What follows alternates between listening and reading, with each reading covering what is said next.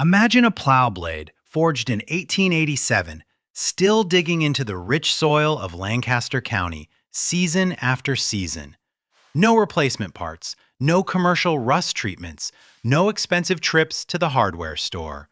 The family who owns it has never paid a rust-proofing bill in their lives. And yet, the iron on that blade remains solid, true, and sharp enough to slice through Pennsylvania clay as if it were brand new. Welcome to the Health Blueprint, where we uncover timeless wisdom for modern living.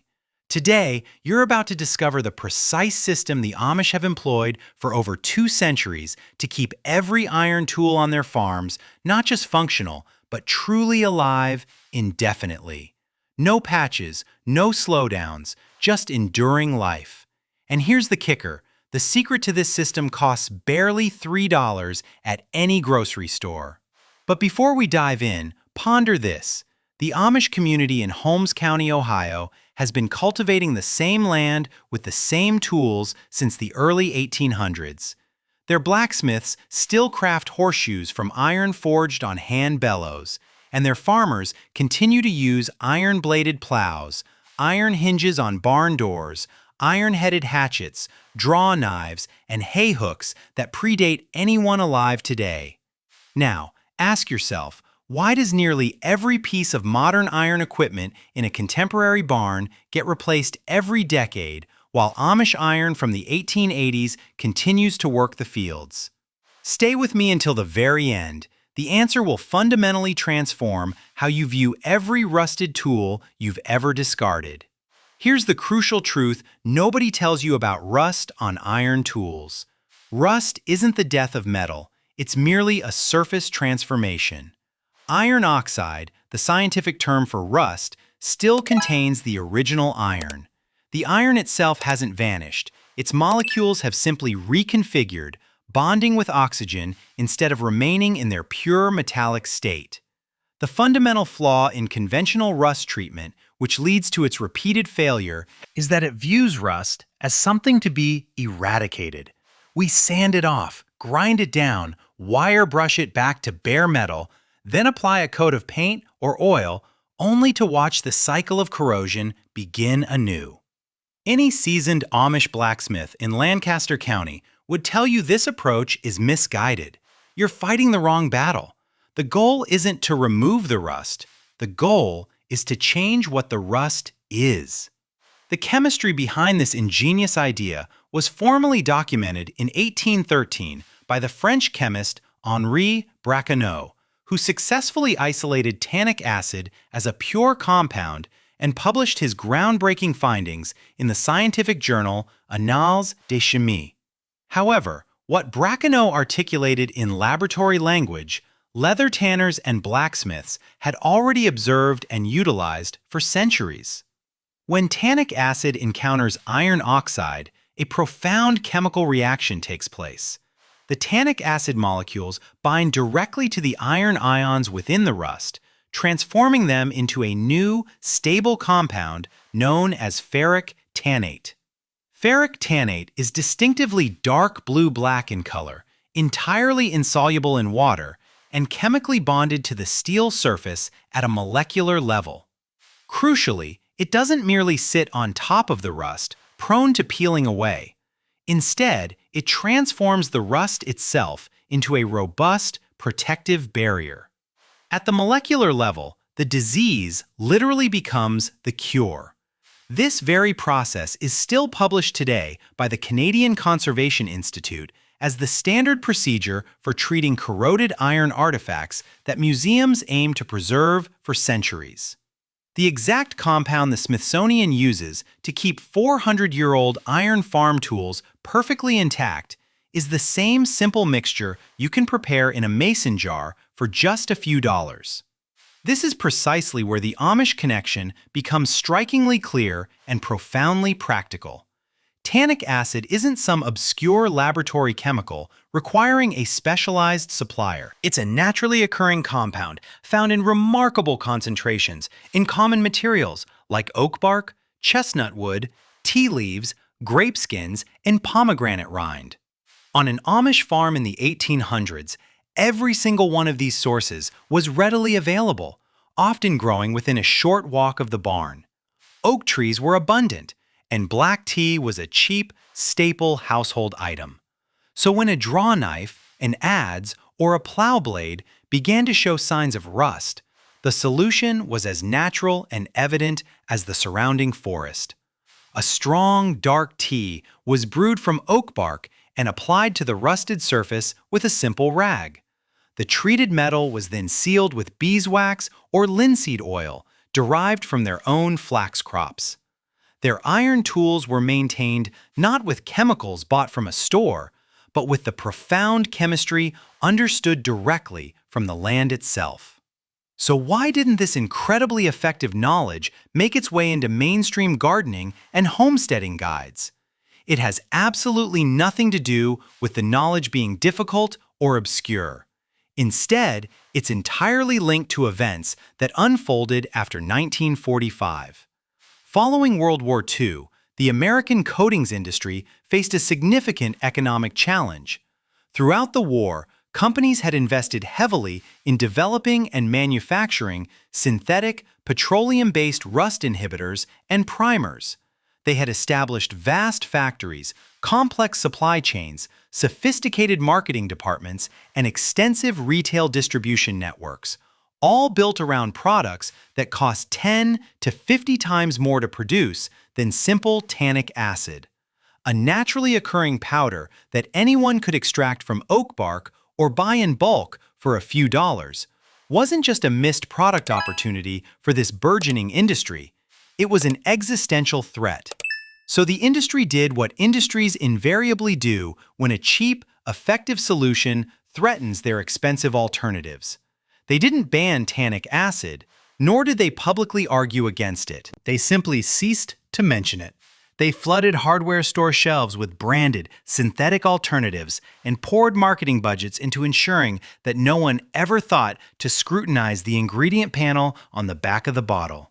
But here's the truly astonishing part. Take a look at what those ingredient panels actually reveal. Commercial rust converter products sold in every hardware store across America for $15 to $30 a bottle proudly list tannic acid as their primary active ingredient. Search for the safety data sheet of any major brand rust converter online, and you'll find it clearly stated in the chemical composition section. These manufacturers take $3 worth of naturally occurring powder, dissolve it in petroleum solvents, bottle it with aggressive branding and packaging, and then sell it back to you at 10 to 15 times the actual cost of the active ingredient. The chemistry contained within that expensive bottle is functionally identical to the solution an Amish blacksmith was brewing from oak bark in 1880. The only differences are the label and the exorbitant markup. Now, let me guide you through the Amish system in practice, because its sheer simplicity is almost startling once you witness it. You essentially need two things: tannic acid and a protective finish. For the tannic acid, you have two excellent options, depending on your budget and preference. Your first option is food-grade tannic acid powder, which you can easily find from any bulk supplement retailer online. Simply search for food-grade tannic acid powder. A 100-gram bag typically costs between $3 and $5 and will treat approximately 3.7 square meters of rusted metal surface. That single bag is enough to cover an entire set of garden tools, every iron hinge on a barn, and provide a full season of cast iron maintenance. The second option, the very one Amish households have relied upon for generations, is strong brewed black tea. Steep 4 to 6 regular black tea bags in 500 milliliters of boiling water for 30 minutes, allowing the liquid to become dark and highly concentrated. Black tea naturally contains between 3% and 11% tannic acid by dry weight, depending on the variety. While not as concentrated as the pure powder, it is entirely effective for treating surface rust on hand tools and costs virtually nothing. Before applying either solution, grab a wire brush or coarse steel wool and simply knock off any loose, flaking material from the rusted surface. Here's a critical point. Do not sand down to bare, shiny metal. That step is actually counterproductive for this process. Tannic acid requires existing rust to react with. You're merely removing the detached material that would block contact, not the rust that is still firmly bonded to the surface. Leave that bonded rust layer exactly where it is. That's your raw material for the transformation. Apply the tannic acid solution evenly across the rusted area using a cheap foam brush, a cotton rag, or even a folded piece of burlap. Within just 10 to 15 minutes, you'll begin to witness the surface dramatically change color. The orange-brown rust will shift to a dark gray, then deepen into a rich blue-black. This visible color change is the molecular conversion happening in real time. Ferric tannate forming right on the surface of your steel. Allow the treated surface to air dry completely, which typically takes 2 to 4 hours depending on temperature and humidity. Afterward, apply a second coat following the exact same process. Remember, multiple thin coats, each fully curing between applications, will build a much denser and more adherent protective layer than a single heavy application. Once the second coat has fully cured, it's time to apply a protective seal. For iron hand tools like axes, hatchets, draw knives, and fixed blade knives, the traditional Amish finish is melted beeswax or boiled linseed oil, gently rubbed on with a cloth while the metal is slightly warm. Beeswax meticulously fills every pore in the converted surface, creating a flexible, renewable, and entirely natural water barrier. Linseed oil, on the other hand, polymerizes slightly as it cures, forming a harder, protective film. Both methods are effective, and the Amish have historically used both. For cast iron cookware, simply apply the solution to the rust spots, allow it to convert and dry, then re-season the piece in a 175 degrees Celsius oven as you normally would. The converted ferric tannate surface actually accepts seasoning oil even better than bare cast iron. Now, it's crucial to set your expectations correctly. The finished surface will not look like a fresh coat of paint. Instead, the metal will appear darker, slightly metallic, with a blue-black sheen in some areas and a flat gray in others. Those who anticipate a brand new spray-painted look sometimes mistakenly believe it hasn't worked, but rest assured it has worked. That distinctive color is the ferric tannate, and that is the protection. This isn't about cosmetics, it's pure chemistry. Now, we come to the part that no gardening or homesteading guide has ever clearly articulated, and this, precisely, is why I urged you to stay until the very end. The Amish don't perceive rust as a reactive maintenance problem, as most modern homesteaders do. Instead, they view it as an integral part of their seasonal rhythm. Every autumn, before tools are put away for winter storage, every single iron implement on the farm receives the same meticulous treatment. First, a hot vinegar rinse to thoroughly clean accumulated organic debris and surface contaminants. Then, a coat of tannic acid solution applied with a rag, followed by 2 to 3 hours of drying, often near a warm wood stove, and finally, a protective wipe of melted beeswax. The entire process for an astonishing barn's worth of iron tools takes just one person a single afternoon. The total material cost for that afternoon's work: under $5. The outcome is iron tools that never degrade beyond the point of recovery, never require replacement, and are passed down to the next generation in impeccable working condition. While the modern homesteader typically replaces a set of garden tools every 5 to 8 years on average, an Amish farm meticulously maintains the same iron tools across multiple generations, sometimes for over a century. This isn't because Amish iron is inherently different or because their soil is somehow gentler. It's because the Amish steadfastly refused to adopt the commercial model that deliberately defined rust as a recurring problem demanding recurring purchases. They inherited and preserved a profound maintenance rhythm that treats iron as a living material to be tended and cared for, rather than a mere consumable to be discarded. Consider every set of iron tools you've ever thrown away in your life. Every shovel head with a rusted-through collar, every axe with a deeply pitted blade, every cast iron pan abandoned to the trash because the rust seemed too formidable to tackle. Not one of them was truly beyond saving. They were simply past the point where conventional, ineffective methods were worth the effort.